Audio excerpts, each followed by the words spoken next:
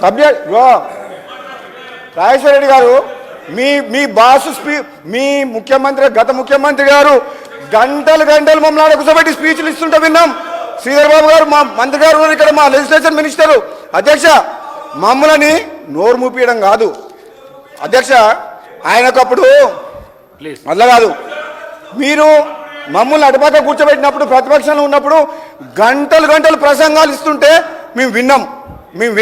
మేమేం మాట్లాడలే. ఇప్పుడు కూడా మిమ్మల్ని ఏమంటే కనీసం ప్రతిపక్షంలో ఉండినైనా సరే ఇప్పుడు ఏం తప్పులు చేసుకుండ్రు, గతంలో ఏం తప్పులు చేసిండ్రు, మేము చేసే మంచి పనులకు సహకరించమని కోరుకుంటున్నాం.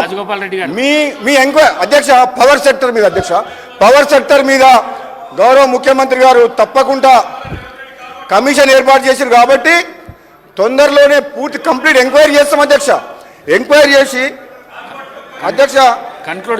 చేసి తప్పకుండా మేము చర్యలు తీసుకొని ఎవరైతే అవినీతికి పాల్పడి దోషులుగా తేలుతారో చట్ట ప్రకారంగా చర్యలు తీసుకోక తప్పదు అధ్యక్ష. ఆ విషయంలో మాత్రం మేము కాంప్రమైజ్ కాము అధ్యక్ష. నేను వీళ్ళందరికీ కూడా మన ప్రతిపక్ష సభ్యులు నిన్న జగదీశ్వర్ రెడ్డి గారు అధ్యక్ష ప్రెస్ మీట్ పెట్టి ఇష్టం వచ్చినట్టు మాట్లాడుతుంటే నన్ను ఆయన నాకంటే ఏజ్లో పెద్దోడు కాబట్టి గౌరవం ఉంది అధ్యక్ష. మంత్రిగా 10 ఏళ్ళు పనిచేసింది కాబట్టి మీ ద్వారా మాజీ మంత్రులకు కానీ ప్రతిపక్ష సభ్యులకు ఒకటే చెప్తున్నా అధ్యక్ష, లాస్ట్ ముగించే ముందు వన్ లైన్ అధ్యక్ష, మీరు ఇక్కడ ఏండి మీరు అధ్యక్ష వీళ్ళకి నా సూచన ఏంటంటే అధ్యక్ష మీరు అధికారం చూసిండ్రు అంటే అధికారం అనుభవించిండ్రు. మీరిప్పుడు ప్రతిపక్షంలో ప్రజలు తీర్పిచ్చిన ప్రతిపక్షంలో ఉన్నారు. ఇప్పటికైనా ఈ ప్రభుత్వం చేసే మంచి పనుల విషయంలో, ముఖ్యంగా కరెంటు విషయంలో, రైతుల విషయంలో ఈ రాష్ట్ర ప్రభుత్వం కాంగ్రెస్ ప్రభుత్వం 100% 100% కట్టుబడి ఉంది. 24 గంటల కరెంటు, నాణ్యమైన కరెంటు ఇచ్చే బాధ్యత మాది. మీరు ఇవ్వలేని కరెంటు 16 గంటలు ఇస్తే 24 గంటలు రాబోయే రోజుల్లో ఉచిత కరెంటు ఇచ్చి నిరూపించుకుంటాం అధ్యక్ష. అదేవిధంగా అధ్యక్ష మన మేనిఫెస్టోలో పెట్టినట్టు 200 యూనిట్ల వరకు కూడా మనము గృహాలకు ఉచితంగా కరెంట్ ఇస్తున్నాం అధ్యక్ష.